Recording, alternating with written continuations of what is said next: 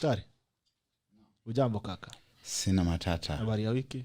Poa. Umetupotelea sana wiki jana, watu waliuliza bana yuko wapi mzee wetu? Unajua ni heka za hapa na pale. Za kutafuta. Sio kwa ubaya.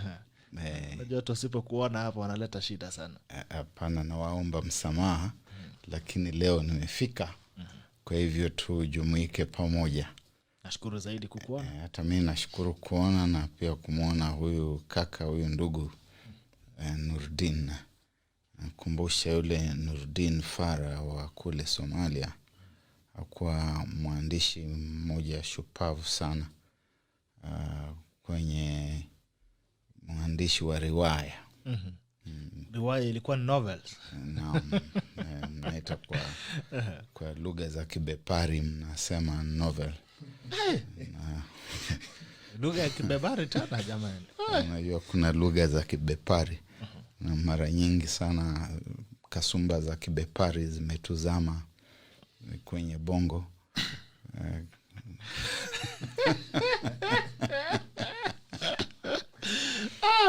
Na mambo daktari. Wiki yako ilikuwa vipi? Kwa nzuri tu. Mimi kama Barrack ni mzee mtulivu, kisha mpole, na sina matata mengi. Matata huanza wakati ambapo najumuika na jumuiya.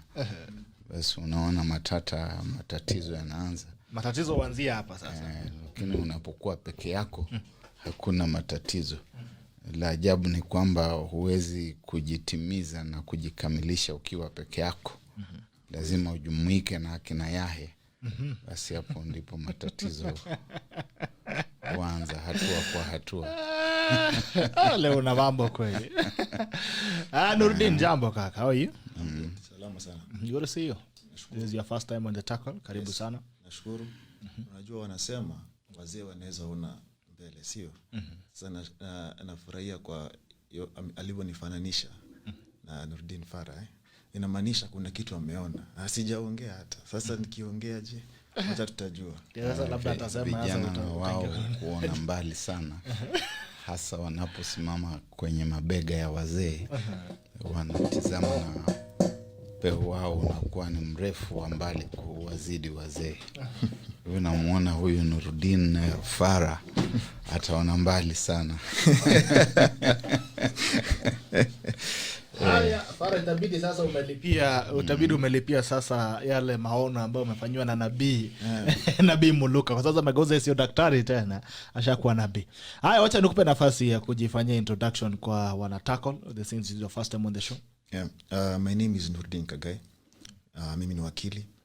I am currently based in a farm, and also I am passionate about matters youth empowerment, be it the economic, the social, and the political. I run a CBO by the name Al Rafid organization, where I'm the vice chair.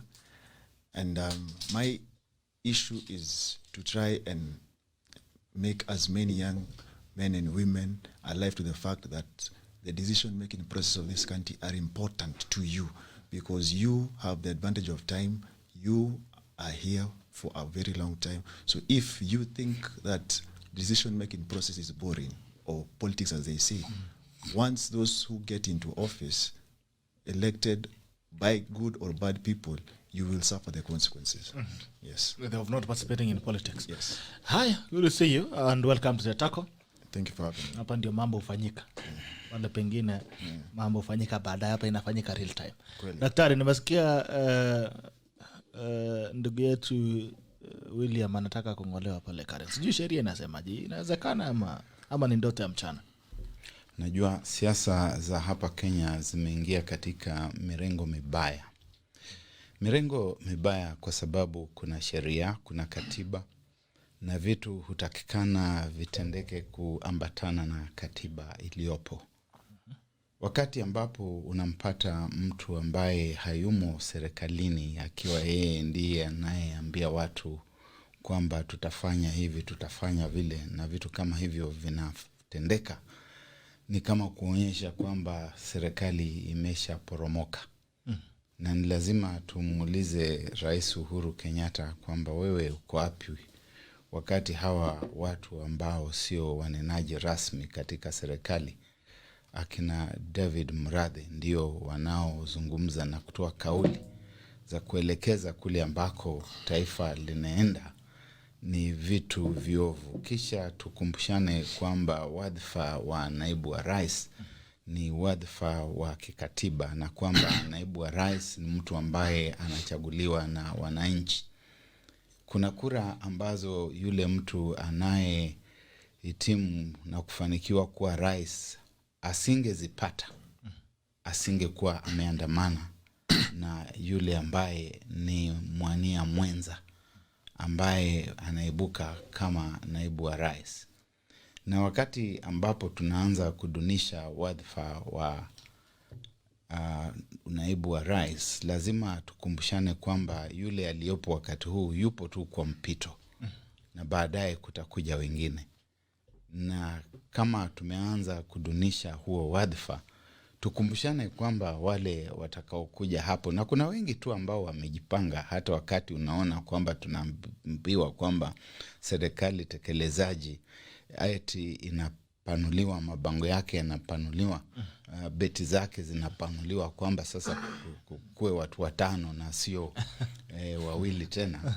Wajue kwamba watakapofika kule watadunishwa tu jinsi ambavyo yule aliyepo wakati huu anadunishwa. Na hiyo ofisi ni ofisi ya raia wa Kenya ambao wanapewa ukubwa kutokana na katiba. Katika kifungu cha kwanza cha katiba ya Kenya mwaka 2010 nasema kwamba mamlaka yote na uwezo wote unatokana na raia. Na kwa hivyo visidunishwe eti kwa sababu wewe humpendi mtu fulani. Ni kitu kibaya sana, na ni kitu ambacho kinapeana mifano mibaya zaidi kwa nyakati za hapo baadaye, na ni kitu ambacho kinastahili kukemewa na kisha kwa ukali tu.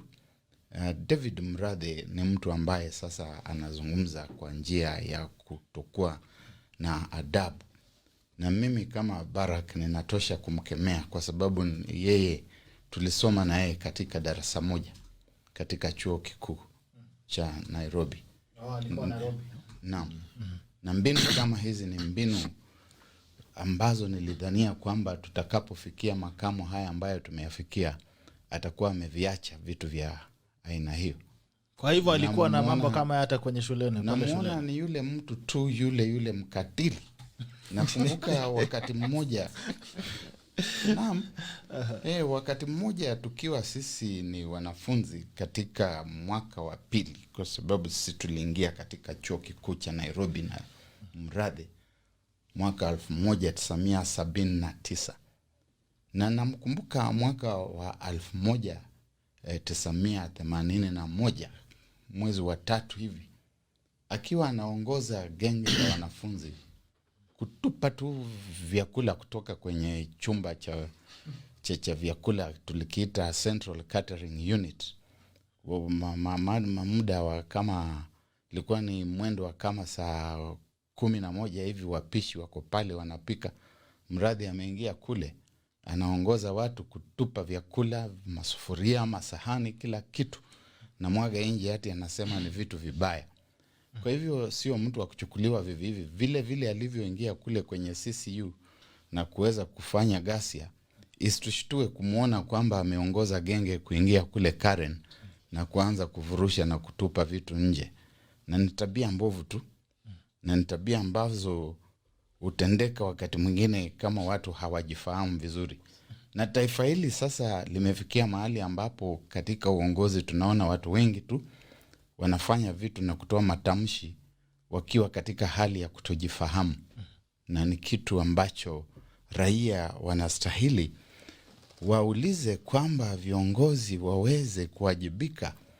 Kama ukimchukua waziri mkuu wa kule Uingereza kwa mfano, apatikane mitaani akizunguka kwenye magari na hajifahamu kwa Kiingereza, if that person is impaired, you find the Prime Minister of the United Kingdom gallivanting in the streets of London through sunroofs, issuing edicts, and he's impaired. he would resign the following day. Kama huyu ambaye amechaguliwa kule Marekani, Joe Biden, akipatikana when he is impaired, a leader must always be in control of himself and of his faculties. That's very important. Hata wewe mimi nikija katika hiki kituo chako, if I'm impaired, there will be a very big problem. And you will not allow me to come back. Sure. Yeah. So why do we allow people who are impaired to sit... To keep driving conversations. Not just to drive conversations, but to drive the national agenda. President Uhuru Kenyatta himself comes out quite often when he is clearly impaired. And as an elder now, because I'm an elder in this country, I have the responsibility of looking President Uhuru Kenyatta in the eye and telling him, Mr. President, you cannot run this country when you are impaired. I don't know which decisions you are taking when you are impaired. And stay away from those substances that are making you to be impaired. When you are the head of state, you are holding a sacrosanct office on behalf of the people of this country. If we see you in public spaces when you are impaired, we must wonder about what you must do when you are in private spaces, and whether the decisions that are being taken and the pronouncements that are being made by people in informal government like David Murathe are decisions that are reached during those moments and processes of getting impaired. I think this is bad, and the people of this country deserve better leadership. We cannot carry on like this, Mr. President. I can look the head of state in the eye and tell him that I'm older than he is and therefore competent to give him this advice. Wow. So hii kitu tuguzange zanga. Tuseme haya mambo, tuambiane ukweli. Ukiwa kiongozi bwana wewe, niseme kwa Kiswahili ili nieleweke vizuri. Rais Julius Nyerere wa Tanzania alituambia kwamba Ikulu ni mahali patakatifu. Ikulu sipo mahali pa kuchezea mahali pa mzaha. Na ukiwa katika Ikulu kama kiongozi, ni lazima uweze kujiangalia na kujichuja na kuangalia kwamba unajiweka katika mitindo inayofaa. Wakati ambapo tunaona kina Murathe wakitoa matamshi ya aina fulani fulani, kisha naye rais tunamuona akitoka kule kama hajajihifadhi inavyostahili, na kuonekana ni kwamba kuna vitu ambavyo amevitumia. Haya ni mambo ambayo lazima tuambiane kwa ukweli. Yeah. Kama tunataka ili taifa lisonge mbele, lazima tuulizane kwamba mambo kama hayo yamezungumziwa katika muktadha na katika vikao vya aina gani. Kiongozi huwezi kuwa mtu wa kuavia mivinyo kila wakati. Na hivi ni vitu ambavyo Wakenya hawataki kuzungumzia. Hapana. Lazima tuambiane ukweli. Anza kunywa chai. Rais anywe chai, anywe maji, na akitoka nje kuzungumza na Wakenya, azungumze nao kwa njia ya heshima. Kama hakuna wazee wameisha katika Kenya hii kumwambia, kuna mzee mmoja mimi ni mzee, niko mbele yake na miaka 3-4 hivi, nitamwambia la hasha, rais unafanya vibaya. Na mimi kwa sababu siwezi kufika katika vile vikao ambavyo watu wanaketi kukuzungumzia, nitatumia hiki kikao na nizungumze kwa niaba yangu, kwa niaba ya wazee wenzangu, na kwa niaba ya Jamhuri ya Kenya kwamba Ikulu ni mahali patakatifu. Jaribu kuheshimu Ikulu. Na ukiwa katika Ikulu, muwe na mazungumzo ya manufaa yanayoweza kuendeleza hili taifa. Sio mazungumzo yanayoongozwa na vileo na mivinyo. Hapana. Haya basi, ashasikia. Naomba rais kia kwamba umeambiwa uache tafadhali, usikuje kunifungia kioski kwa sababu hata mimi now let's live and talk about this. I think the really the essence of the constitution 2010 was to protect the office of the deputy president. I mean, that time it was vice president. There was a lot of interference from the presidency, and there was need to protect that office. And as we speak, the deputy president is not a vice president that we had in the other constitution. Yeah. But again, it seems like there is some serious hangovers from the previous administrations and previous dispensation that has not left these people. Yeah. You know, they're still imagining that they can still manipulate. When you look at the things that are happening today, it's a repetition that happened to Ogunga Odinga, the first one. And I remember at that time even Kenyatta went ahead and even appointed several vice presidents within the regional government to dilute his powers. And umesema rais akunya tuvia firirinda. So I mean, how do you protect this? How do you protect the deputy president, the presidency? You see, the challenge is most people don't understand. You see, you can't separate the presidency. That is the president and the deputy president, because the deputy president is not an appointee. He's elected together with the president. Now, for anyone to want to move a motion of impeachment of the deputy president, it's a matter of, before anything, you have to think about the numbers. Because if you want to talk about either misconduct and whatnot, think about raising 233 members of parliament first. Then from there, it has to go to Senate. It's not an easy thing where it has to be endorsed by majority of the senators. And you have to realize at Senate, he has also to defend himself. The same way we've seen governors going to Senate. But now the challenge we have is that those who are sponsoring the motion, what is the real intention? Is it a way to curtail him in his campaign to be president, or are there really issues? Because he's on record saying everything he has been tasked to do, he has done. And there's no way, and there's no day we've seen the president come and say and castigate him for saying he has not done ABCD. So the challenge we have in Kenya is we have a leadership crisis in Kenya. Because we have lowered, as the voter, we have lowered the leadership threshold in Kenya so that any Tom, Dick, and Harry gets elected. And we need to think about that. Because we vote on aspect of who gave you a packet of flour or 200 shillings. We need to raise the bar of leadership so that we raise people who are going to office to serve the Kenyans. For example, why do I say this? You see, the conversation we have right now is towards 2022. Then BBI right here, the referendum, is more or less a precursor. We are back in 2005 where ODM was formed, where people are actually fighting for a referendum. So BBI will form two things: political formations and BBI billionaires. We have to be alive to that fact. So as we move forward, there are people who are trying to form a coalition. And the challenge we have in Kenya is that the parties we have in Kenya are not institutions. They only survive courtesy of the party leader. I think we need to borrow a leaf from other countries. Let me give you an example like South Africa. It has three major parties. That is the ANC, the DA, and the EFF. In Kenya, coalitions are formed because of interest and because of certain situations. So, like, let me give you an example of NASA. NASA was formed because they wanted to seize power. They had certain issues that against the government. They were saying the government was doing ABCD.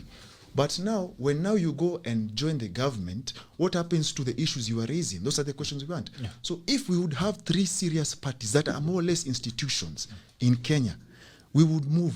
Because what we have are, the parties we have are owned by individuals. That is why you see members of county assembly are panel beaten to vote in a certain way. You're getting calls. That means the voter who elected you don't have a brain. So if you're going to parliament and you always think about your party line or your party decision, and you're told always to respect the party leader, when are you going to respect the person who voted for you? And that is what we need to change in Kenya. And that is why I'm saying we need to raise the leadership threshold. Just because you're in ODM doesn't mean everything Raila says is the law, because he might err at times. Just because you're in Jubilee, not everything Uhuru says is the law. So as a leader, I expect leaders to make uncomfortable decisions that suit the people. You know, where you see whatever I'm being told to do does not serve the interests of the people, you can step back. But what we have are not leaders. We have politicians. A leader is a visionary, a selfless and patriotic person. And that is what we need when you go towards 2022. We don't, you say, let me take the BBI, for example. It says we're taking care of the issue of the winner takes it all. I have a problem with that. So winner takes it all is 5 tribes. What happens with the other tribes? Whether So, 40-something so when you put Luo, Kikuyu, Luya, Kalenjin, and Kamba, so now Kenya is okay. That doesn't make sense. For me, I believe we need a visionary, selfless, and most importantly, a patriotic leader. Somebody who loves Kenya more than he loves his stomach and pocket. That is the only way we'll move forward. And that person, when you get to office, will serve everyone without bias, regardless of the community they come from. That is what we need. Because once we have someone who represents the country and serves everyone equally, no one will care which tribe that person is from.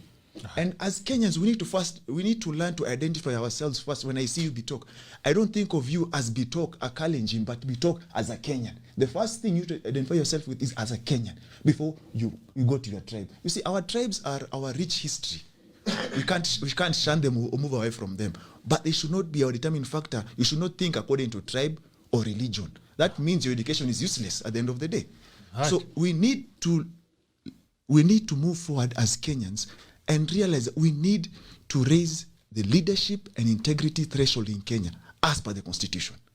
Yes. Thank you. Even as you talk about thresholds, as my good friend has mentioned, Wakili, let me ask you, Daktari, what are the thresholds of kicking out the deputy president out of government?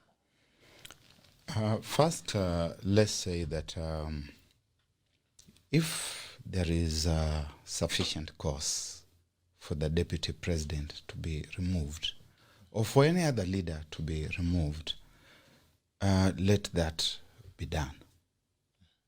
Because the deputy president, in that case, has been seen to have done certain things that are unconstitutional, to have demeaned the stature of that office, or to have, in a fundamental way, as the Constitution itself states very clearly, behaved in a manner that is not in tandem with the provisions of the Constitution and what is expected of the deputy president. If that is indeed the case, then I would expect that members of the National Assembly would commence the process in line with the constitutional provisions for removal of deputy president. They would seek to have him impeached. They would have at least 1/3 of the National Assembly signing in support of the motion. They would bring the matter before the Speaker of the National Assembly, and he would go on to look at what has been presented before him to see that it meets the threshold. Remember that the Speaker can decline at that point. But if he is satisfied that it meets the threshold and fundamental issues are raised, then he can call for a motion of adjournment to discuss the impeachment of the deputy president. And if 2/3 of Parliament, National Assembly for that matter, support the motion at the final stage, then the matter passes on to the Senate. And the Senate may set aside or select a committee that considers the issues, and that committee will return its verdict to the Senate, and the Senate will debate the merits, and if there is a 2/3 support, then the deputy president stands impeached. But while all these processes are going on, that person will continue to serve as deputy president. That's a very important office, and I think we should not belittle it just because we do not like the individual who is there for the time being. The deputy president sits a heartbeat away from the presidency. What? From the president. From the president. So he's actually a member of the presidency, and he sits a heartbeat away from being president. In this country, we have already had the example of the second in command taking over. In fact, in 1978, when President Jomo Kenyatta passed on, we got to know of that passing on when President Moi had already taken the oath of office as president, the acting president for a period of 90 days. And then the rest of the things went on and he became president. Remember that in the old constitution, the second in command would become acting president for a period of 90 days, after which the country would go to a presidential election. Today, if the president, and God forbid, if the president should not be able to perform the duties of the office of president, the deputy president takes over for what is left of that period. So you are fooling around with a very important office just because you don't like the person who is there. I will not defend William Ruto if he's guilty of these things that people keep saying that he has done. I don't know what, he has stolen this, stolen that. Let them deal with him according to the constitution. Let us not have some hooligans talking out of turn and saying that they are going to invade the deputy president's residence in Karen to throw him out. It is completely unacceptable. And we say so, or I say so, not because of the individual who is there for the time being, but because of that institution. It must be respected. That's quite interesting. Anyway, I hope, because this is something that keeps repeating itself. And the funny thing about this tree is that it's like a cycle. It keeps... you know, running. Yeah. First, the people who drafted the Constitution of Kenya 2010 were familiar with the mischief that had happened around the office of vice president in the past. First, starting with Jaramogi Oginga Odinga himself, and there are very important historical lessons to be learned from Jaramogi Oginga Odinga's tenure in office. Number one, he was one of the persons who heaped draconian powers into the office of president, perhaps because he hoped that that was where he was going. Things like the president being above the law. Jaramogi? Absolutely. Jaramogi, Tom Mboya, Charles Njonjo, Mwai Kibaki, they were the architects. And the Constitution of Kenya was amended umpteen times in 1964 to 1966, making for some very astounding changes. First, the Constitution was changed to create the office of president, and the person who became the first president was not elected to that office. The amendment said that the first president is going to be the person who is holding the office of prime minister, once Kenya ceases being one of the dominions of Her Majesty, the Queen. Second, that the president would appoint a vice president from among the members of the LegCo. Yeah.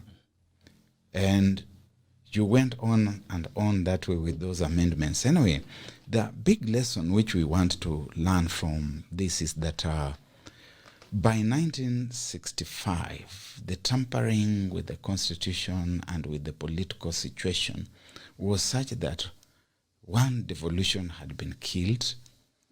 The Senate became a useless empty shell. Two, the regional assemblies were dead for all practical purposes and intents. Amendments had been made. They could no longer collect revenue. They had to rely solely on the national government. And meanwhile, the people in the opposition, KADU, were raising the red flag against all these things. Now, Jaramogi Oginga Odinga, Tom Mboya, Charles Njonjo, Mwai Kibaki, and a couple of others machinated the death of the opposition. This is very important. The opposition died by consent, by crossing over to Kanu, to the Kanu benches.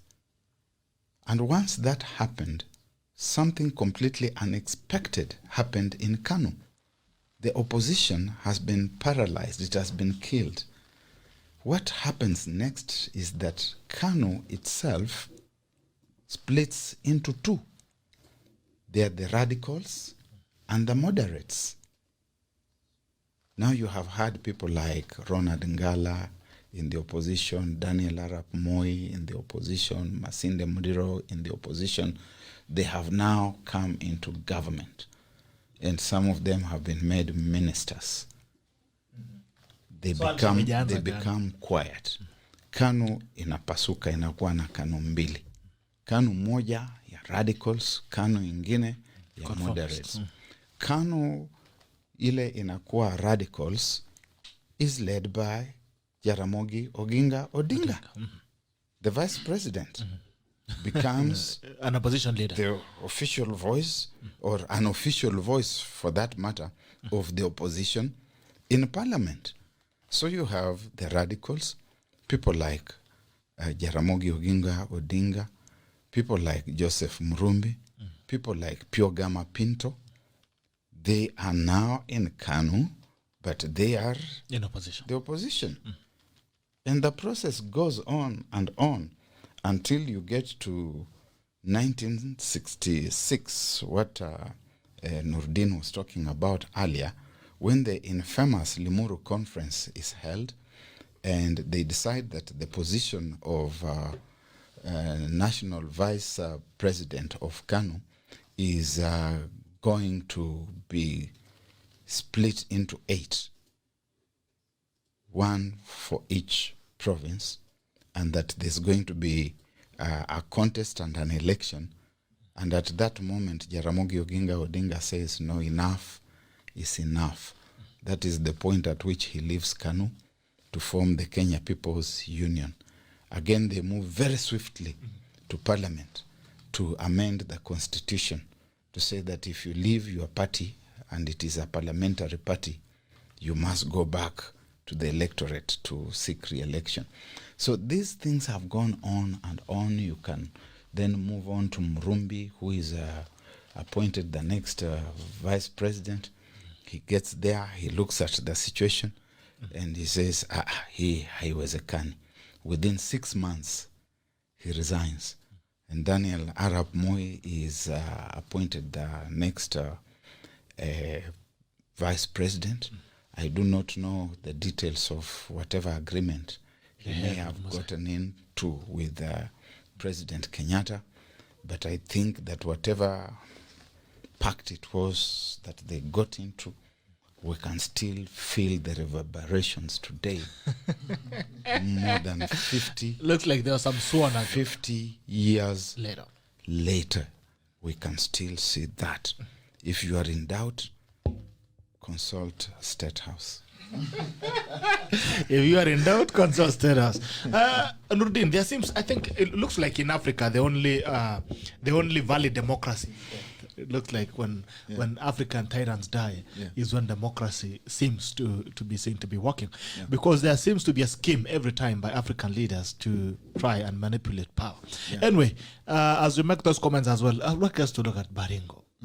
They have said the High Court has barred the two speakers from the bicameral house from receiving the rejected bill from Baringo County. And I'm wondering, they're saying probably they might go back to another vote. So are we questioning the process because they voted no? Or if they had voted yes, would we still refuse to accept it? The sad reality about Baringo is that there is the political angle to Baringo. Yesterday, courtesy of the communication from the speaker, he said he only received the certificate of rejection of the bill, but the copy of the draft bill to indicate that they actually debated the draft bill didn't come to Parliament. He also said Kwale sent a certificate of approval without the draft bill. He also said Nyamira sent a certificate of approval without the draft bill. So he says all those three, they have to go back and bring back the draft bill so that he knows they debated the actual draft bill.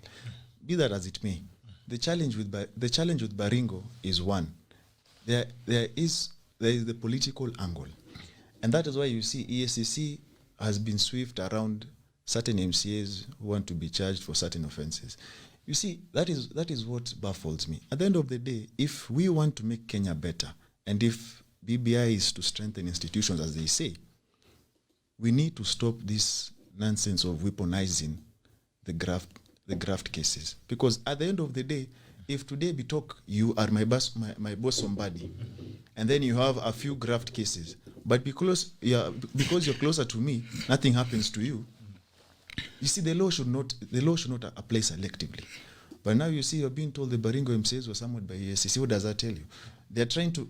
There is a way to try and make them actually have another vote, because you know, at the end of the day, that is where the son of the former president comes from, Gideon Moi. You cannot be seen to propagate in the BBA, moving across the country and reading the statement like he did yesterday, and then you fail in your own county. But if they decide to fail, there is also the other scheme that they are trying to make sure Uasin Gishu fails, or rather passes it, so that it's a goal. You know, in football they take goal. Those who bet inakuwa goal. Umenishinda nimekushinda huko. You see, so it's more or less, it's more about the politics than the people, and that is where now it becomes suspect. You see, the BBI document, those who drafted it, I'll commend them for being schemers.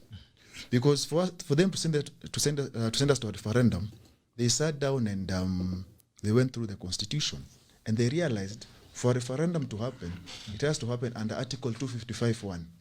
There are 10 matters like national values, supremacy of the constitution, term of the president, functions of parliament, principles, objects of county government. So they picked certain things in the BBI that touch on all those, and that is why we have to have a referendum. But if you ask me, some of the things they propose are easily done by legislation. But because they need a referendum, like I told you, the main reason for this referendum, and that is why the DP is being boxed into the contest. This is the rebirth of how we formed ODM in 2005. Now we are seeing an alliance of Niachia Alliance, as they are being called on Twitter. And then there's also going to be formed a new alliance because of the campaigning. Junet said the other day the campaign starts, you know. And you know, Parliament, whether they pass it or not, the most important part was the county assemblies. Even if Parliament fails it, since the BBI has touched on matters on Article 255, the referendum is here with us. And the sad reality is that we know, as we can see, it's been given to us like the polio vaccine. If you don't take it, there will be repercussions. And like I told you, political parties in Kenya are owned by individuals. So you expect another Super Tuesday courtesy of Parliament. They have to be panel beaten into a certain format. And that is a problem we have in Kenya. That is the leadership crisis we have in Kenya. That means a Kenyan cannot entrust his or her elected leader to serve them. Because once they get to a certain office, they'll be told, change your route. And they'll change it. And that is a challenge we have. Because the law in Kenya is never followed. We have one of the most forward-thinking constitutions in Kenya. But implementation, is a problem. Zero. And that is the challenge. So you cannot mutilate what you can't implement. You know, the Constitution 2010 was for the Mwananchi. It fought the political class. But now the BBI is here to amend certain things they feel they have been put to a corner.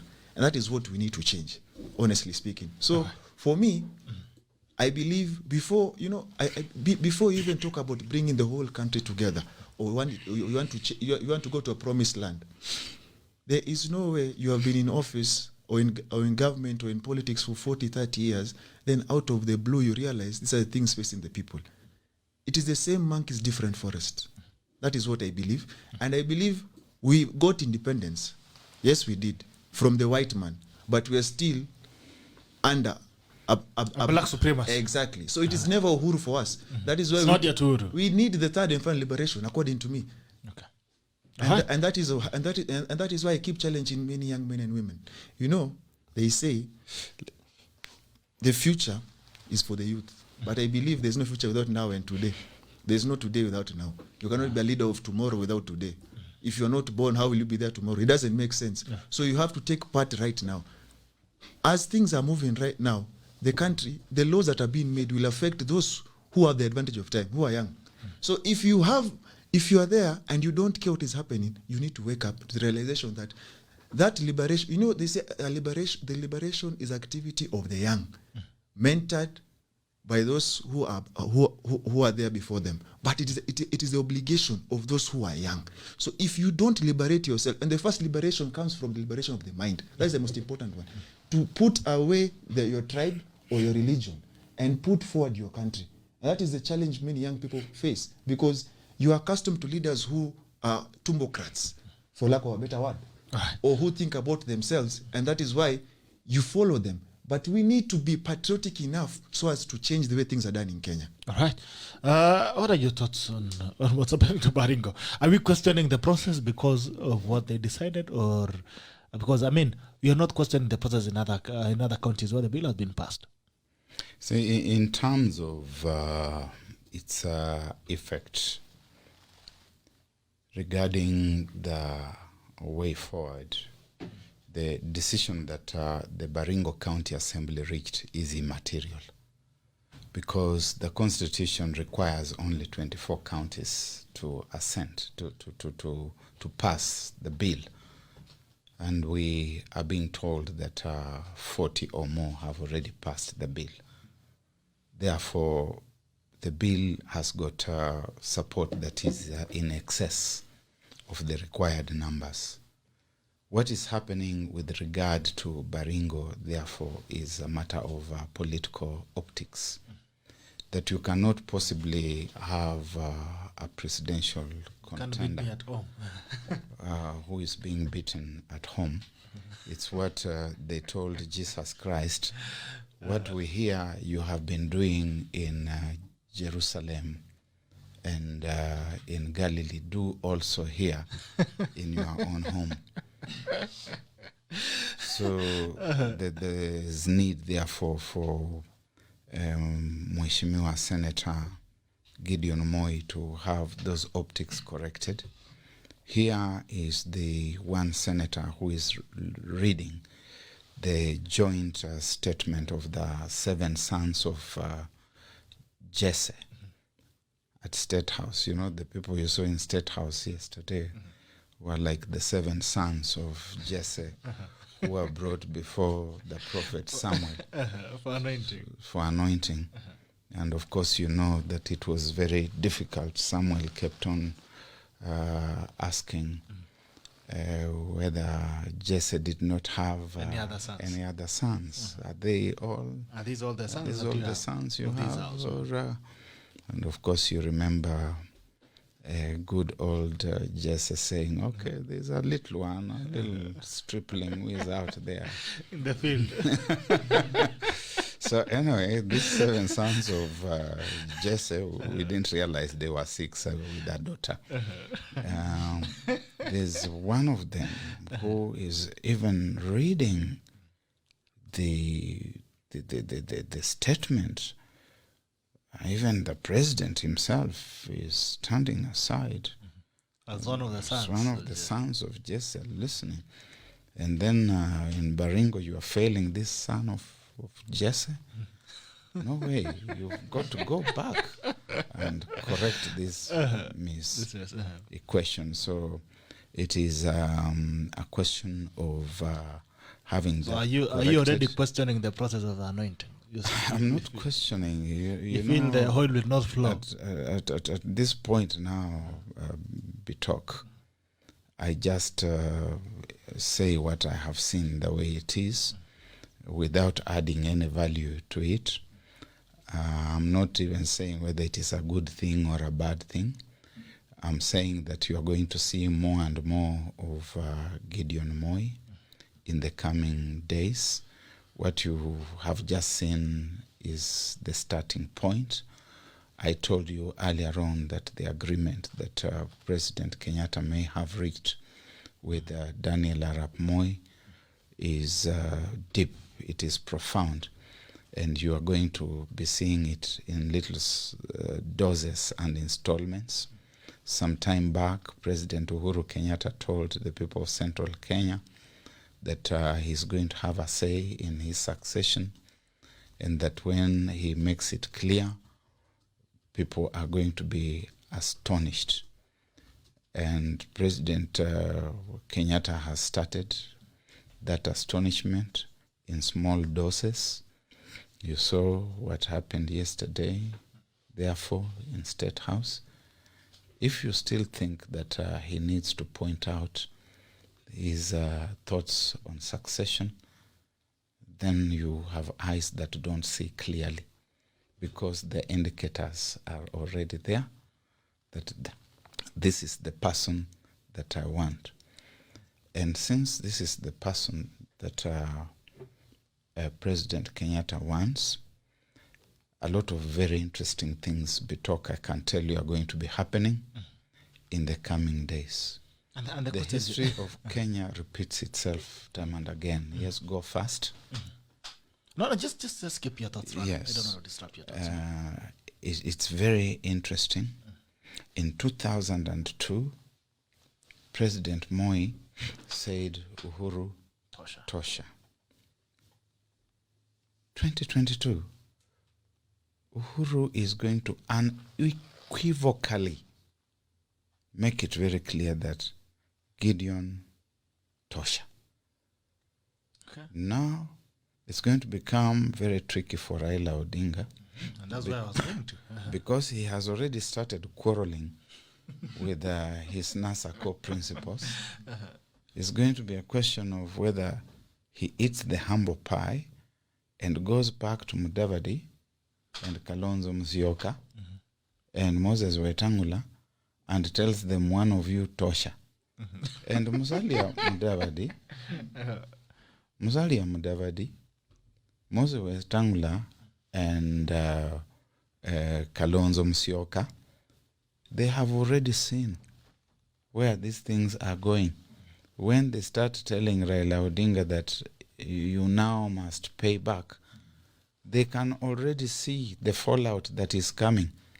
Because Raila Odinga has been sitting there expecting all this time, the same way he expected in 2002 that it is going to be him. But he's going to see that what Moi did in 2002 in Kapsakwonyi, when he said Uhuru Tosha, Uhuru can also do and say Gideon Tosha. Then Raila Odinga has got to think about whether he wants to remain there or whether he wants to say Mimi Tosha and throw the whole thing in the balance, or whether he's going to say one of the three whom they are calling the Niachie coalition, Anatosha. Which one is Niachie coalition again? Niachie coalition, the coalition of the people who are saying, leave it for me. Niachie. Look, you need Jesus and the 12 disciples. I'm already saying I'm a Christian. Niachie coalition. Niachie coalition is the coalition of Mudavadi, Kalonzo Musyoka, and Moses Wetangula. They are saying Niachie. And and Raila Odinga has got to consider, in any case, he's been boxed. He's got to leave it either for Gideon or declare himself Tosha. Or for one of the three people in the Niachie coalition, or to also eat humble pie and reach out to the deputy president and tell him to mechezwa. We are victims. We have something in common. And the question is, Dr.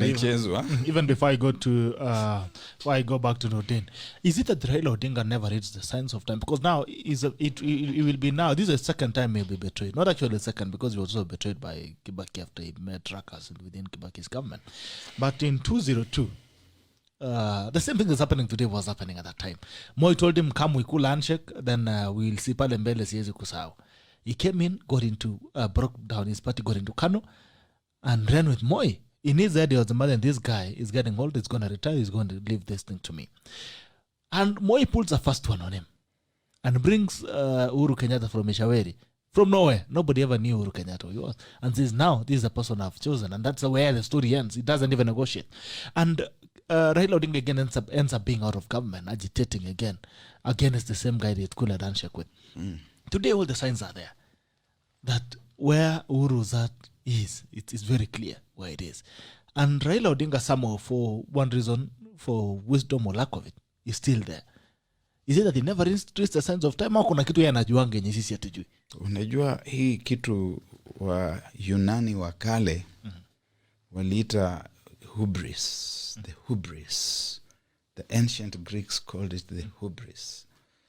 Hubris ni kama pombe. Ikisha kuingia kichwani na kuzama kabisa, huwezi kufikiri vizuri, huwezi kuona mambo yanavyoibuka. You don't even listen to anybody, and you surround yourself with sycophants. Hata wakati huu tunapozungumza haya yanapomfikia Raila Odinga kule, atakuwa akisema huyu Barrack anasema nini, yeye ni nani? Na sisi tunasema tu vile ambavyo tunaviona na tuvijua, na mtakuja kukumbana navyo. When the hubris, this excessive pride and overconfidence takes proper grip of you, and you are surrounded by people who call themselves your cows, that they cannot even advise you because they are cows. They wait for you to point out the direction and they follow. Then you are going down the cliff because you have lacked counsel. All the wise leaders that you read of in the Holy Writ, as a Christian gentleman, I know, they have councils of elders, wise people who tell you the way it is. People who don't fear anything. If you decide that you want to put their heads on the chopping board, they tell you. Which side Just like I've told President Uhuru Kenyatta this morning, that please, when you have eaten certain things, stay in private places. Don't come out in the public. And Raila Odinga also has the same tendency. When you have eaten certain things, because these things were made to be eaten, eat them and stay in private spaces. Now, they don't have people who can tell them some of these things. They are surrounded by self-seeking sycophants who are there just for themselves. So they didn't tell Raila Odinga in 2002. I did. I was already a columnist writing for The Standard. And I told him, hapa hivi, unachezwa hizi vitu mnaanza kuingia huku, unachezwa. Na kaona kwamba kweli alichezwa. Sasa walipofika kule, ikaonekana kwamba Moi alikuwa na mipango yake. Na sasa hivi Uhuru yuko na mipango yake ya urithi. When someone has been talking about what he calls dynasties, and this conversation has been twisted out of the original thought. When William Ruto started talking about dynasties, he was not talking about you because you have your second-hand Japanese car, which you have brought here when it is 8 years old. Yeah, that you now consider you are a dynasty, or because you are struggling with a mortgage to and a bank loan, and you are taking your children to the private school across the road, that you are a dynasty. You are not. You cannot be. A dynasty is a ruling family. And this country has had only 3 ruling families. So Ruto alionea mbali, akaona hii kitu, hata kama nimetegea hapa inaenda kwingineko. Yeah? Ndio akaanza hizi story za dynasty. Na zimeanza kuonekana. Mtu ambaye anatakikana mrithi Uhuru na hao wenyewe wanapangana peupe hata wajificha. Ni Gideon Manigidi atakapokuwa amemaliza basi atarudisha mpira upande ule. Manjomo akimaliza kutakuwa somebody else upande huu. And it is not bad. I'm not saying it is bad. I'm just saying what I am seeing. I'm not saying it is good. I'm not saying it is bad. Ninasema hii ndio game plan. You're just saying. Na kila watu lazima wakuwe na game plan. So kama Uhuru hii ndio game plan yake na Manigidi pia hiyo ndio game plan yake. Hiyo ni game plan yao. Na wengine lazima nao wakuwe na game plan. Hata mwingine akiwa game plan yake ni niachie. Bado ni game plan. Hiyo pia ni poa. Na ushaona katika ball saa zingine ball ikifika hapo mbele ya goli wanashindwa kufunga kwa sababu kila mtu anasema niachie. Niachie niweke. Then they kick each other's legs and boots alafu wale defense wanakuja na sweep hiyo something away kabisa. That's the story yani. Hiyo story imefika. Unaanza kuambia sasa Nigeria ndio simu hiko. I do the comments and I come to you, Noordin. James Mwanda says when you have written certain things, stay indoors and watch Selena. Very interesting. Abbas Njuguna says the way ODM supporters have been insulting Tanga supporters simply because they think that Baba is Sirkal and that he would be easily made president in 2022 should make them think twice. After the referendum, things are not more likely to dramatically change. Messages in public that please separate 2022 elections from referendum matters should be an eye opener. Only legends would understand this. Anaambiwa separate Raila Odinga from BBI. Separate 2022 from BBI. Ondari Cosmo says niachie coalition. There's a new term now from Daktari. Ibrahim Habu says members of niachie coalition. Karekio Amasi niachie coalition. There's only boy ati niachie coalition. Sema niachie coalition. Ni members ni kana Renol Mutai. Sema niachie. Current Florence Mele sema pole kwa Raila tu kweli. Abbas Njuguna says but the same guy told us that it's time for other tribes to rule Kenya. The astonishment is really too interesting, you know. Then it goes back to the same people. Achiriot Anokta is watching live from Kitangela. Daniel Korir says 7 sons of Jesse. Kariku Amasi Muluka is very insightful scholar. Kusimba the some wisdom from Muluka. Abbas Njuguna, they want to sanitize embarrassments that as either presidential candidate. It would have been comedy for someone to support BBI elsewhere but a room. Kusema somebody dictatorship in government. Matthias Jeba says, talk. What type of coincidence is it that car grants for MCA got approved at the very moment when their roles to play in the BBI process was very significant? I'm wondering what's Barack and Noodi's opinion. All right. I'm seeing there's someone on Dari says for impeachment, will the impeached person run for an elective post again? Michael Mandela is asking for YouTube link. But we don't go live on YouTube. On YouTube. But after this, we'll upload the program. 30 minutes after we're done, you'll see the program has been updated on YouTube. Kibuta said, obviously the MCAs were compromised to pass the BBI by a promise of a 2 million grant as Muluka of his thought. Josiah Kenudia, does he have a media team that monitors and gets ways views from such candidate shows? You and the president. Uhuru alisema alitoka Twitter kwa sababu pendi matusi, akatoka Facebook akasema hataki matusi, akasema asomange gazeti, akasema on news, lakini somehow anajuanga tunasemanga nini huku nje. So sijui nani anamwambianga, sijui kama ni Barack na kumwambia jiweni, lakini anyway atatuambia kama atachie.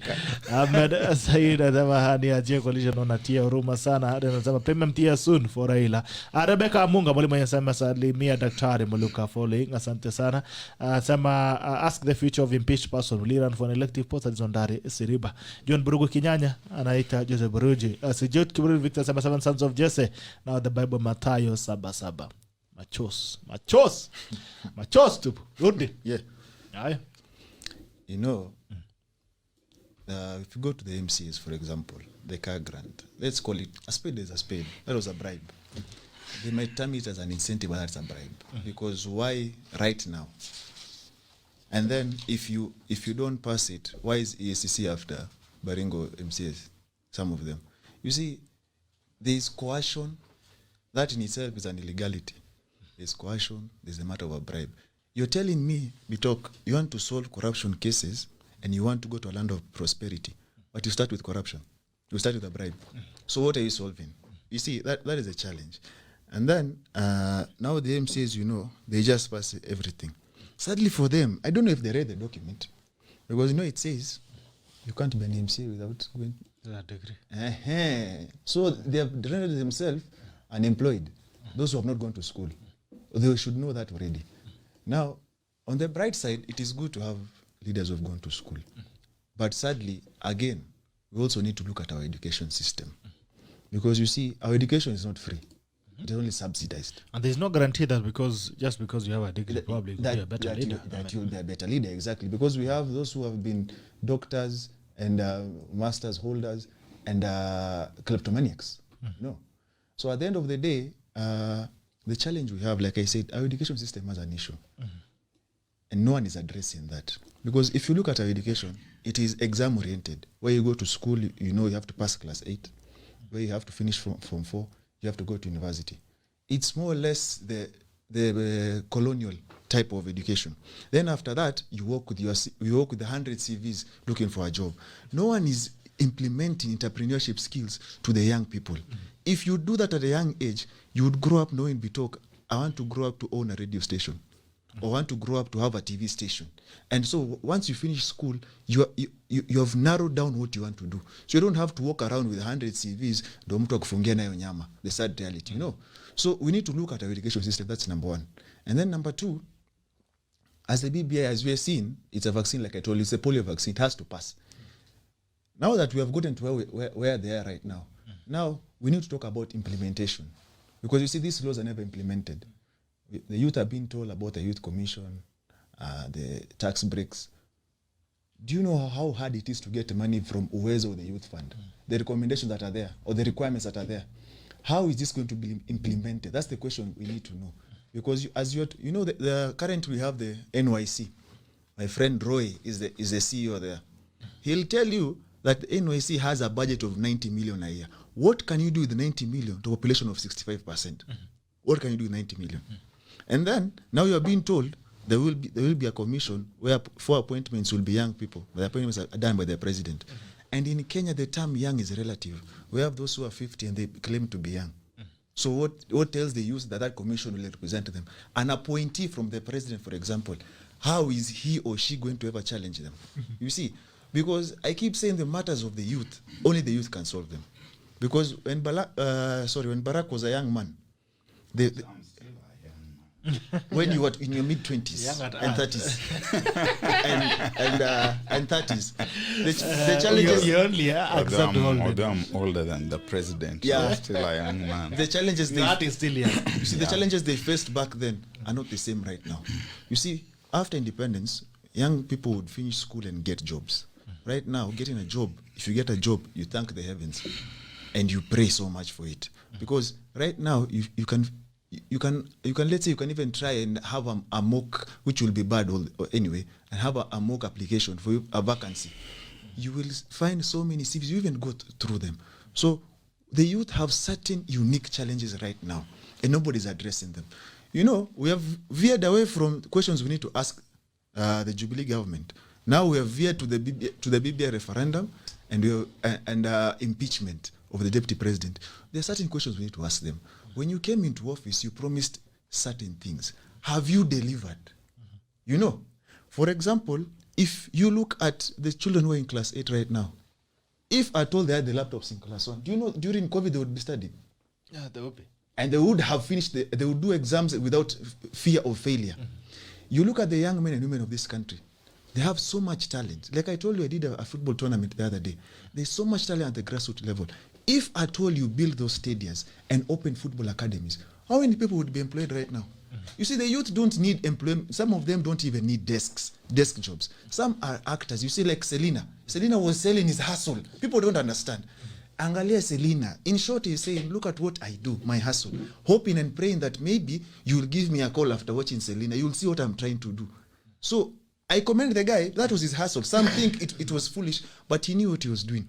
Our film industry has no fund. It has an issue. The sports sector is dead. Our rugby as it is. Our athletes are being charged with these issues of doping. There's so much happening that you need to first wake up as a government and realize what the people want right now. So at the end of the day, there is no single document that will solve the issues we have. There has to be political will. So without any political will, the youth will be beggars and they'll be broke for the rest of their life. Because some of these leaders believe in impoverishing them so that you use them. Make them poor so that when you give them 200, go and demonstrate and they go. Or get them drunk in a certain den to go and heckle. And we need to move away from that. We can't be claiming that we're in the 21st century or we want to go to the first world economy and we keep repeating the same things. As Muluka just said, our history is all about repeating. Right now where we are is where Jaramogi was. So Ruto right now is more or less like Jaramogi. His steps will, you see, Jaramogi made sure, he made certain steps that led Luo Nyanza into a position for a very long time. And they're trying to see how they can make William Ruto go to that side. So in this case, he needs to be very careful what he does. And I believe he's a smart man at the end of the day. So we need to learn from history. And anyone who doesn't learn from history is a fool. So our history determines our future. That is what I have to say. That's interesting to say. No, I don't know if you are to meet the president. I don't know what you tell him. Utamwambia one nini? Utamwambia kwanza, Ona Maria. Hapana, sisi mwambia ona Maria. Utamwambia manifesto was never implemented. And the promises he made. You know, these guys actually came into office courtesy of the youth wave. We are young, the digital wave, and you have failed the same people. Now there's a digital tax. You know, youth right now, they make money via social media, via your IG, your Facebook, when you post things. Now you're going to be taxed. And you see, there are certain things that they have failed to understand, or it's more or less those who advise them, they don't have the reality on the ground. You see, the other day I was watching the CS for Education, and he said he was surprised that the informal settlements, there's poverty. What does the word slum mean according to you? If you ask him, he says he's surprised that informal settlements there's poverty. That shows you people are out of touch with reality. What is a slum? What is an informal settlement? Even if you just Google that word, what does that mean? How are you leading people without knowing what they feel? You see, and that is why I'm saying we have a leadership crisis in this country, and that starts from the voter. The voter needs to wake up. You need to get to a point where you say enough is enough. I am tired with the clown that I have seen since independence for 57 years, be it an MCA who was a councillor back then, be it a member of parliament, now a senator, a governor, or a president. There's something that a good friend of ours is going to say is the problem with some Kenyans is sometimes they refuse to think or question matters. And Ekuru keeps saying this, that Wanjiku is the biggest con man. You know? They'll sing all these songs of redemption, but when it comes to time to redeem themselves, they still choose, you know, the old ways of the oppressors. And Muluka, at times I really feel like Kenyans deserve the suffering that they go through because they have a choice every day to make a different decision. When you look at what is going on right now, we've been complaining all this time. No, it's not time for this. Maybe we don't need to change our constitution. But suddenly, we're all singing the same tune like this thing is for us. We have to change. Until again, it's time to cry. What do you think about Kenyans? Do you think Kenyans, do we deserve the suffering that we go through? The Kenyans in the middle class, like yourself, and others who are apathetic to goings on, and some who do not mind being in that space, they're the ones I would agree. But there are people who have been tortured so much, people who live in spaces in which it is almost impossible to think beyond the dreariness of and drudgery of everyday living, that they don't even think about anything else. When you read George Orwell, 1984, he will tell you about the classes. The classes, human beings. You have the people at the top who want to stay there. You have the middle class, which is wishing that it could get to the top. And then you have the low class that is not even bothered. Every day you wake up worried about what you're going to eat. Chakula tu cha siku moja, hata chakula cha mulo wa awamu moja, like breakfast or lunch or dinner, ni shida tu na watoto. So you do not have time to think about such things. And when these leaders come your way, particularly with some handouts, or they make you believe in the tribe, then it's also not good when we blame the people. I commend Paulo Freire, the man who wrote the famous book called The Pedagogy of the Oppressed. Unaweza kuoppress watu mpaka wanakuja wanakuwa vitu. Watu wanawacha kuwa watu, wanakuwa vitu. And therefore you cannot blame them. The day comes, however, when those people who have been vitu just rise up, and when there's that popular uprising, and we have seen that happen in many places in the world. We have seen that happen in Haiti. We have seen it. Haiti was called San Domingo those days of the revolutionary 1790s. We have seen it happen in France. We have seen the Arab Spring. We have seen it in the Philippines. It is very important that people in leadership are conscious of these things. But Bitok, as a student of history and political science, I'm now completely persuaded that government throughout history is a criminal enterprise. Yeah? Criminal enterprise. Ever since history. Government throughout history is a criminal enterprise. Everywhere, without exception. But it depends now on the level of... It depends now on the crooks. level of crooks. The fidelity. The kind of thuggery that they engage in, the guises in which they package themselves, and the levels of comfort. The levels of comfort that they extend to the citizens insulate them from the wrath of the citizens as they carry on with their criminal enterprises. Everywhere in the world, including in the so-called advanced democracy. In Africa, you have the misfortune of having very crude criminal enterprises. They do not know how to package them in a manner that insulates them from the extreme wrath of the citizens. So the same way that they push the citizens to the extremes of poverty, someday the citizens also rise up against them. And therefore, it is very important that people in government listen to some of the things that we tell them. But even more critically is the importance of the citizens themselves holding government to account.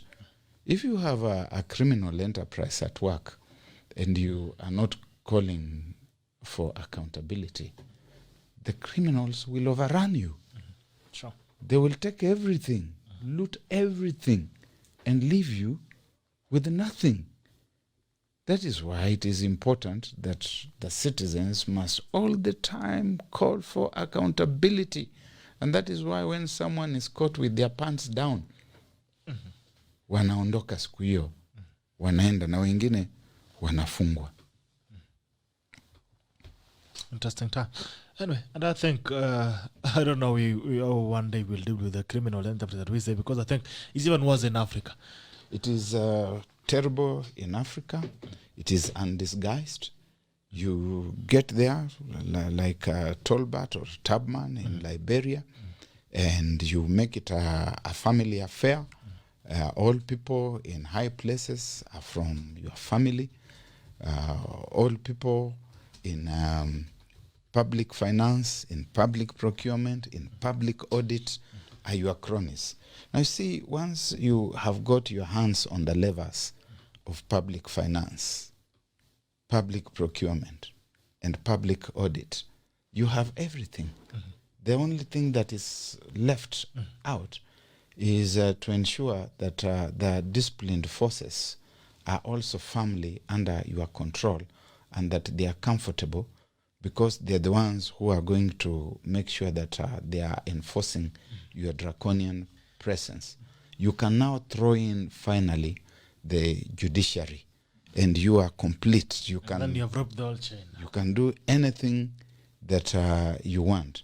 In Kenya, we gave ourselves a constitution in 2010 that attempts to transform the government from being a criminal enterprise to making it an institution that serves the people. But those who are in government for the time being discover that they cannot get away with things the way they would like to get away with them. And so they come up with these things which they are saying, let us change the constitution. They are using the word reform. It is not a reform. A reform is to ameliorate, is to make something better. What they are doing is to deform, so that they deform the constitution under the pretext of making Kenya a united and peaceful country. And each one of the 7 musketeers that you have seen in State House is hoping that they will be the ones at the very top. If not so, they will be part of the formation. I say this talk because there's something very important which as a country we have lost sight of.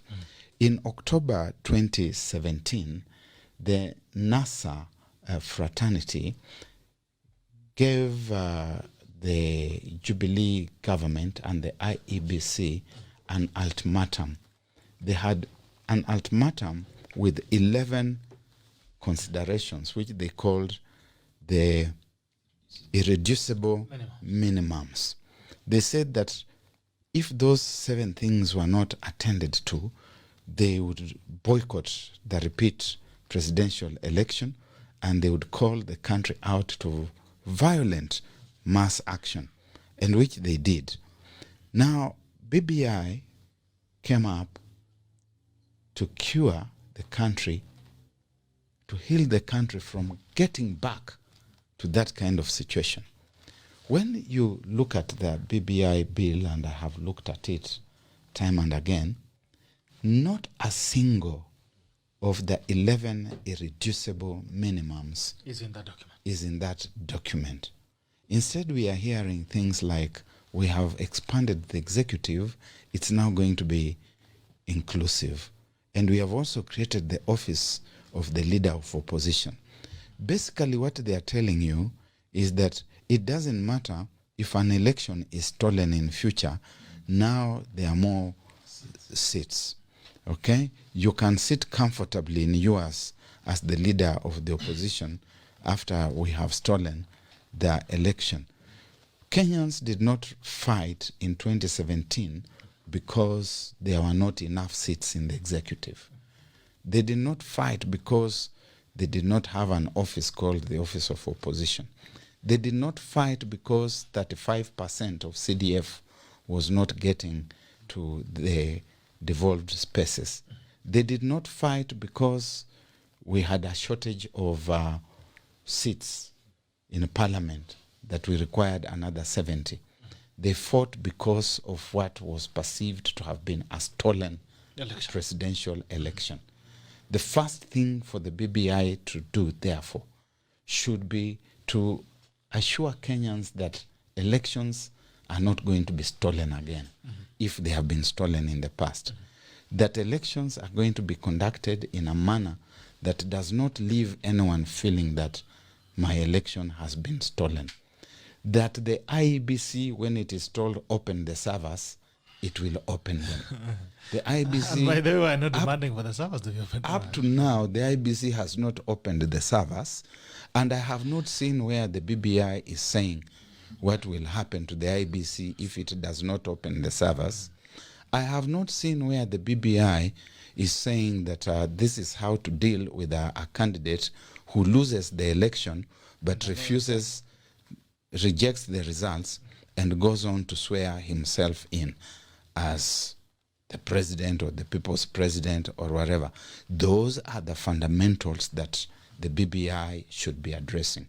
But because that has not been the concern, we are being told about sweeteners here and there. And next year, 2022, someone is going to come up again and say, my election has been stolen. I'm calling the country out to mass action. There's someone who has asked you a question as I take it to Noordeen. There's someone who has asked you a question, Daktari. Anauliza, but ask Mr. Barrack, where was he when the views were being integrated into the document? He ought to have raised these issues then for the enlightenment of the masses as well as inclusion into the document. But unfortunately, Barrack was not. Were you a member of NASA? I think you still were. You are with my DVD. First, that is in fact, now you should be where they are saying first, that is a pedantic question by a joker who ought not to be taken seriously. But in the interest of the more serious listeners and viewers out there, I will gentrify that pedantic question and attempt to answer it. Number one, I personally, as Barrack, eventually gave the BBI the benefit of doubt. And I was at that time the Secretary General of the ANC party, and I convinced my colleagues in ANC, starting with the party leader Musalia Mudavadi, that we should go to KICC and make a presentation. And we did. I went to the KICC and met the committee, which was chaired by Professor Adams Olo, and made a presentation in which these concerns about elections were raised. They have the memorandum. I don't know what they did with it, because in my view, then and now, the biggest problem we have is the problem of flawed elections.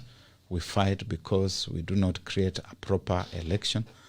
And the reggae of bad elections continues. It looks like nobody can stop reggae, the reggae of bad, flawed presidential elections, and the reggae of the violence that goes with those elections. It looks like nobody can stop it. And I'm starting to agree with the owners of the BBI that nobody can stop reggae.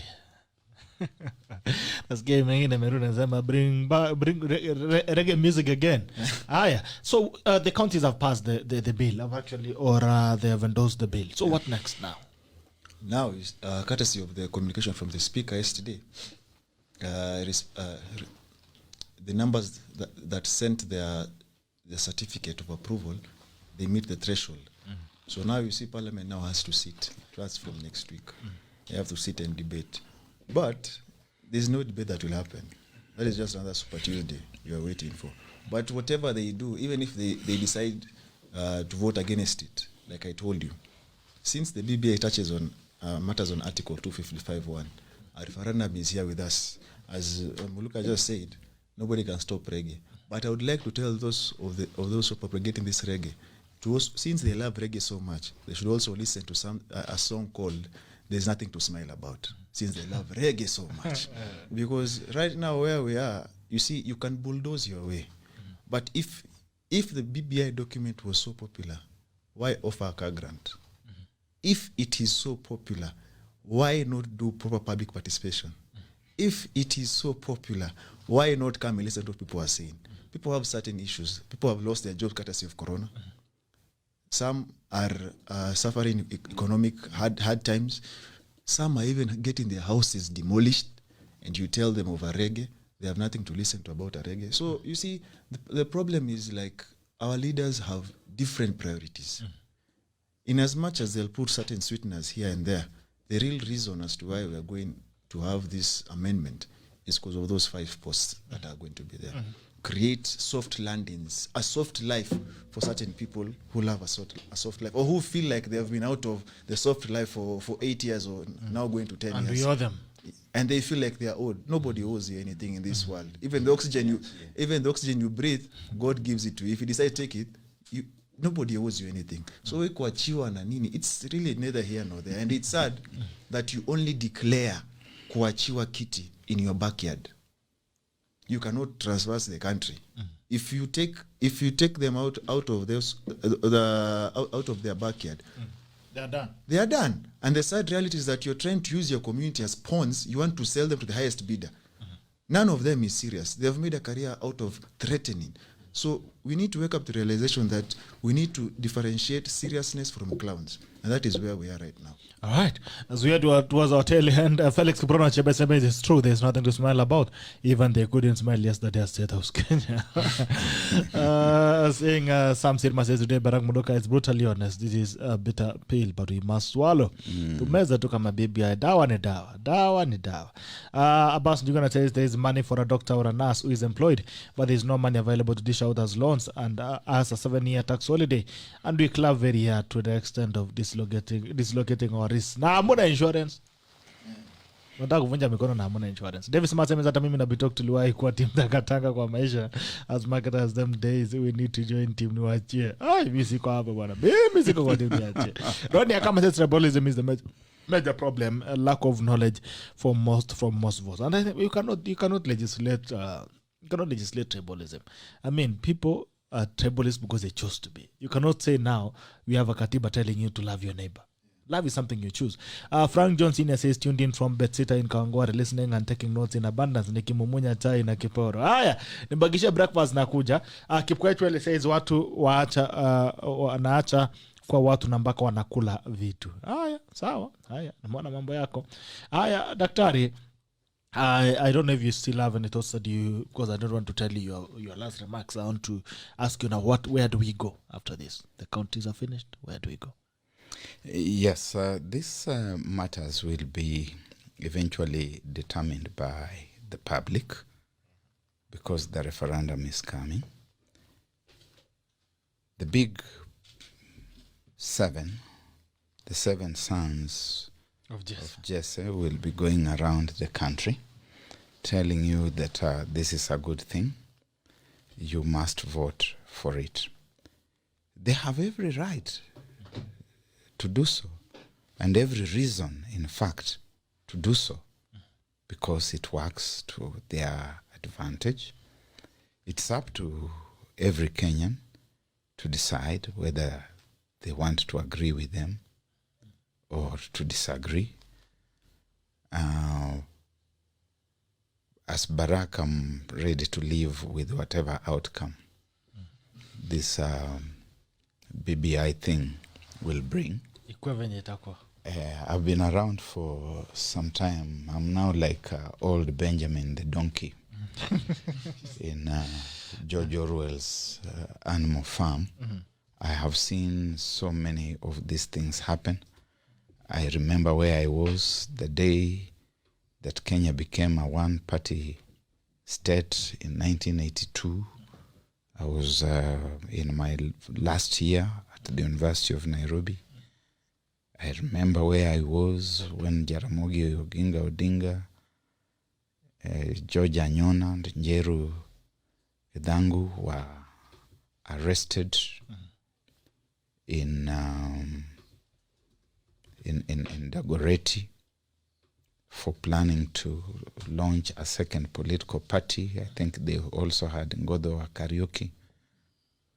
I remember all these things. I see them happening and the cycles repeating themselves. A lot of young people are excited about these things. They think it is about their tribal leaders who bring nothing to the table for them. I just have to remind them that this is not a football match between Manchester United and Arsenal, which you can say tumewashinda. When the people in Arsenal don't even know you, and they don't care about you, and you can go home and afterwards recover emotionally. In fact, even a football match between Manchester United and Arsenal is better than this circus because you have an opportunity to gamble. You can bet. And get something out of it. Na kama umebet vizuri, umebetika. Unaweza kula kakiti. Unaweza kuomoka na ka something. Lakini hii ni hao wase. Sasa wewe ni shauri yako. Mwenyewe utajipanga. Kama umekubali kupangika na hao wazee, shauri yako. Hiyo ni shauri yako. Mi roli yangu ni kukuambia tu ile inafanyika. Sasa mimi ni mtu kule Jeri kule where I grew up, sasa mimi ni mtu mzande. Kazi yangu ni kukuambia tu, it's going back to the citizens. And these people who own this process have every right and every reason to do the things that they are doing, even if those things come out to hurt you. Right now, everywhere in the world, focus is on COVID-19. Unasikia kila mahali wanasema mambo ya vaccination, vaccines zinafika hivi, tuanze na akina fulani, tukitoka hapo tuje hapa hivi. Hapa kwetu chapa zinatumiwa kubribe ma MCA wapitishe BBI kwa county assembly. Na hizo chapa ni mabilioni ya shilingi. Unajua hata huko ukiangalia mitaani, hata zile magari kwa barabara, tuma traffic jam, unajua zimeenda. Watu wana chapa. Watu wana job. Watu wana chakula. Wala wako na job hawalipwi. Watu wamesota. Kitu kiko ni msoto. Kweli. Na watu ambao wamesotika. Kiingiza mkono kwa mfuko unaguza vitu vingine, uguze pesa. Unapata labda karatasi kama una bahati. Na hawa wao ndio wanategemewa kwamba they are going kupitisha hii something. No. You know, they have to be bribed as well. To be pitted. Kitu chako hakiko hapo ndani. Kama unajisikia umesota, hujasota. Ngoja sasa hiyo parliament ambayo iko na 600 double decker MPs, hiyo parliament double decker ni triple decker. Inakuja. Ndio utajua umesota. Ndio utajua kusota ni nini. Because that money is going to come from your pocket. At this time when we are in the middle of these COVID concerns, kila country unaona president wake, prime minister, European Union, wote wanaangalia mambo ya COVID. Hapa hivi tunaongeza bei ya fuel. Siongeza bei ya fuel, tumeongeza bei ya kila kitu. Kwa sababu hiyo ndio kawi. Hapa hivi tunazungumza juu ya raising taxation. Na hizi zote zinaenda in the same pockets. Kwa hivyo Mkenya yeye mwenyewe atajipanga. Unaangalia Noordean amesema mambo ya degree. Of course mimi si believe kwamba degree ni muhimu ndio ukue kiongozi. Nishaona viongozi wengi hawana degree. Na nikisema hivyo mimi niko na zangu kadha wa kadha nimezipanga. Ukikuja nitakuonyesha. Ukitaka diploma nitakuonyesha. Ukitaka first degree, second, third, fourth nitakuonyesha. Lakini hizo ni zangu za vyuoni. Hizo sizo za kwa MCA. Yeah? Some of the best people nimeona leaders, they may have had their own flaws here and there. Mtu kama Tomboya aliachia shule form 2. Hakufika hata form 4. Mtu kama Martin Shikuku aliachia shule form 2. Watu kama George Anyona hawakuenda hata A level. Lakini walikuwa viongozi shupavu sana. Hata Onyato mwenyewe. Onyato nilisikia alienda mzio hapo. Baadaye alienda huko Manchester akasomeshwa na mtu mwingine alikuwa anaitwa Malinowski, wanasema ati akakuja na diploma. Alienda kubangaiza huko nasikianga kwamba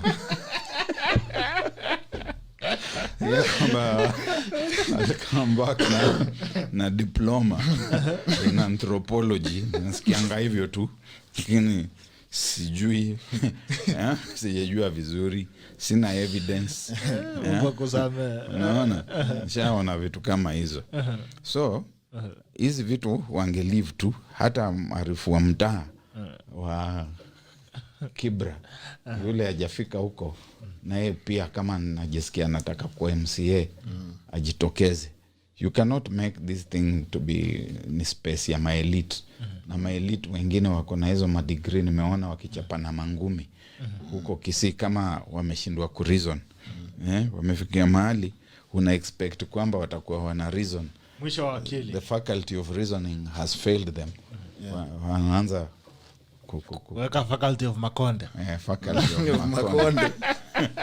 It's good to have you, gentlemen. Good to see you, Noordeen. Yeah, thanks for All right, and I hope to see you again. Karibu tena. Daktari, it's always a pleasure to have you. Umeleta mambo kwa inaitwa mchecheto. Sijui mchecheto ni nini. Niliona tu kwenye gazeti kuna kitu inaitwa mchecheto. Sasa sijui mchecheto ni nini, lakini nitajaribu tena kutumia next week ndio nijue ni nini. Baadaye nitakuuliza utaniambia. Ana chasmo anasema Raila alifika ngapi Sule. Kuna watu wanasema ni mtu ya welding.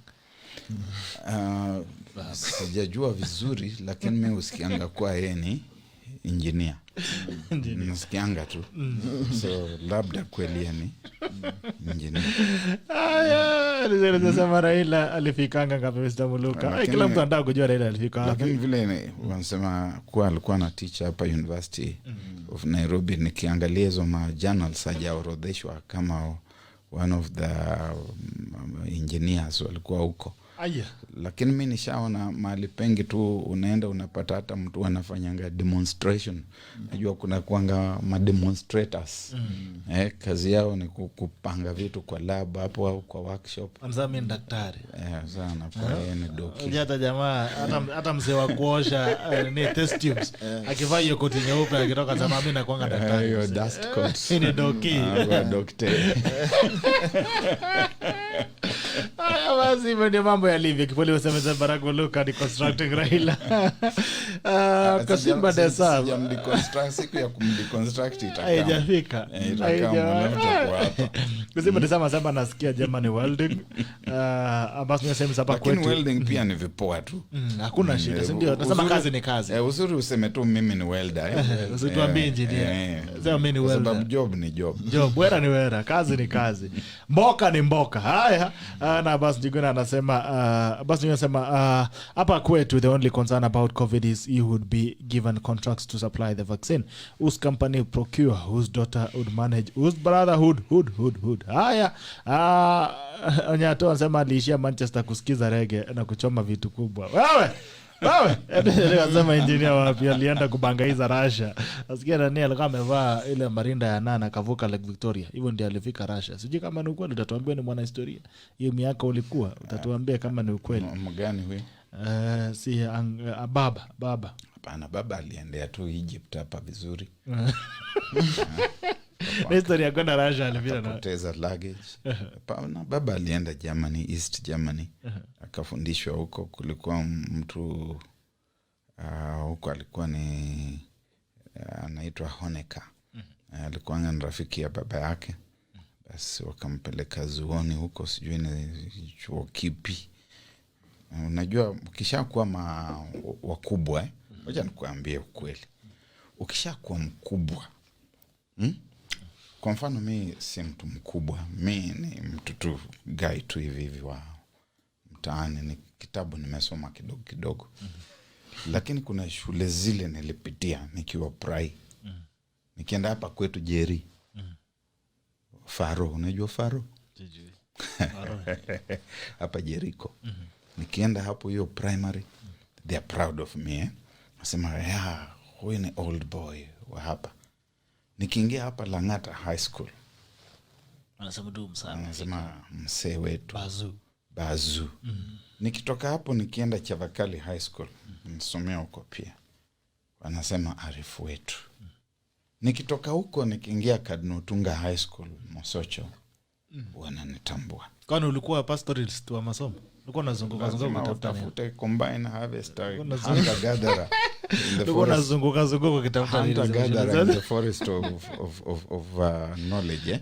Lakini siku hizo it was possible to go to at least to high schools. It was possible. Kwa sababu unafanya O level na malizia hapo A level. Na kama mimi my first exam ya high school ilikuwa ni Kenya Junior Secondary Education. There was something like that siku hizo. Form 2. Toka hapo nikaenda Chavakali High School Form 4. Toka hapo nikaenda Kadnotunga High School A level. Hizo zote nikienda hata University of Nairobi nikiwa tu Barrack, mtu tu wa kawaida hivi. The University of Nairobi has recognized me to the extent that I have served on the council of the university. and been an official of the Alumni Association. What is the essence of what I'm saying? When you become the prime minister of a country or a president of a country, ukisema ulisomea kwa university fulani, watu wakienda kwa hiyo university wanaona jina lako on the wall of fame. Sasa tunasikia tu watu ati maengineer, ati sijui walisomea nini, na university hiyo haijawatambua. Ukienda huko angalie our distinguished alumni, they are not there. Hauko. Wewe ulikuwa tu ukitembea mitaani ukikula mandazi, ulipita karibu na shule watu, pitia hapo shule, unapita hapo hivi alafu unarudi unaanza kujimystify. Reggae bring back love. Nasikia sana leta mapenzi tena kwa reggae kimeumana.